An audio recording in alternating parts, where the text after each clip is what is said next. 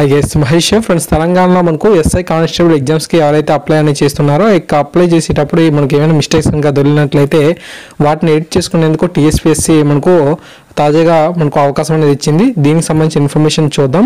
Police దరఖాస్తులో సవరణకు అవకాశం, ex servicemen quota ఆప్షన్లో తప్పులు సరిచేస్తున్న టీఎస్ఎల్పీఆర్బీ 1200 దరఖాస్తుల దిద్దుబాటు, లో మరో 500 ఉన్నట్లుగా తాజాగా సమాచారం అయితే ఉంది. సో పూర్తిగా సమాచారం చూద్దాం. ఎస్ఐ కానిస్టేబుల్ ఉద్యోగార్థులకు తమ యొక్క దరఖాస్తుల్లోని తప్పులను సవరించేందుకు టీఎస్ఎల్పీఆర్బీ అవకాశం కల్పిస్తుంది. ఇప్పటికే ప్రిలిమ్స్లో అర్హత సాధించి దేహదార్ఢ్య పరీక్షలకు సిద్ధమవుతున్న అభ్యర్థులు కొందరు తమ యొక్క దరఖాస్తుల్లో ఎక్స్ సర్వీస్మెన్ ఆప్షన్ దగ్గర పొరపాటున అవును అనే ఆప్షన్ అయితే మనకు సెలెక్ట్ చేసుకున్నారు. దీన్ని సవరించేందుకు పలువురు అభ్యర్థులు డీజీపీ కార్యాలయంకి అయితే వస్తున్నారు.